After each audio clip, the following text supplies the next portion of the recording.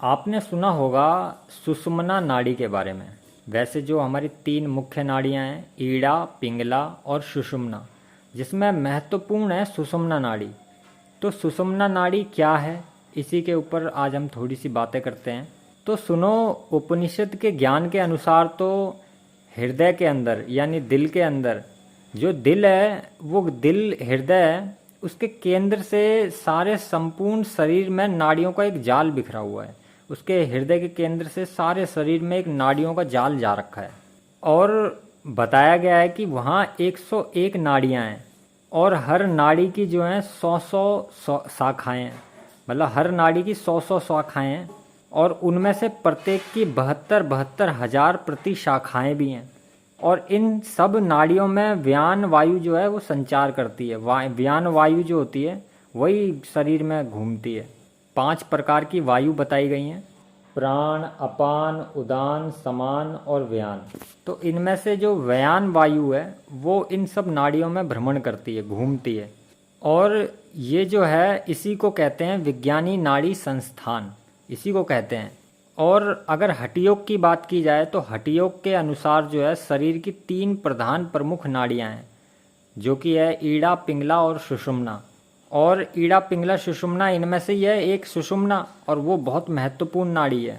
अब ये जो नाक के जो 2 छेद हैं, इनमें से जो उल्टी वाली छेद है, उल्टी वाली जो नाक का हिस्सा है वो छेद है, उसे कहते हैं ईड़ा। और दक्षिण भाग में है पिंगला और मध्य में है सुषुम्ना नाड़ी। बीचों बीच स्थित है सुषुम्ना नाड़ी। और इसे जो है त्रिगुणमयी अर्थात सूर्य, चंद्र और अग्नि स्वरूपिणी माना गया है। और वैद के अनुसार जो है 14 प्रधान नाड़ियों में से एक सुषुम्ना नाड़ी है, जो नाभि के मध्य में स्थित है, नाभि के बिल्कुल बीचों बीच, जिससे अन्य सभी नाड़ियां जो हैं जुड़ी हुई हैं, संबंध रखती हैं। और छुरको उपनिषद में जो है सुषुम्ना नाड़ी का जो है वर्णन भी बहुत अच्छी तरीके से बताया गया है।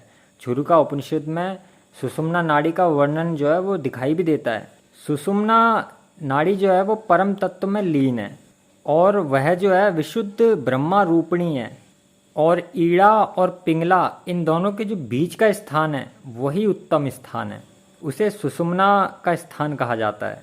और जो उस सुषुम्ना नाड़ी को जानता हो वह तो वेद विद कहा जाता है, यानी कि वेदों का ज्ञाता कहा जाता है। और जब ध्यान योग किया जाता है तो ध्यान योग में जो है सारी की सारी नाड़ियां जो हैं वो छेदी जाती है, उनका भेदन किया जाता है।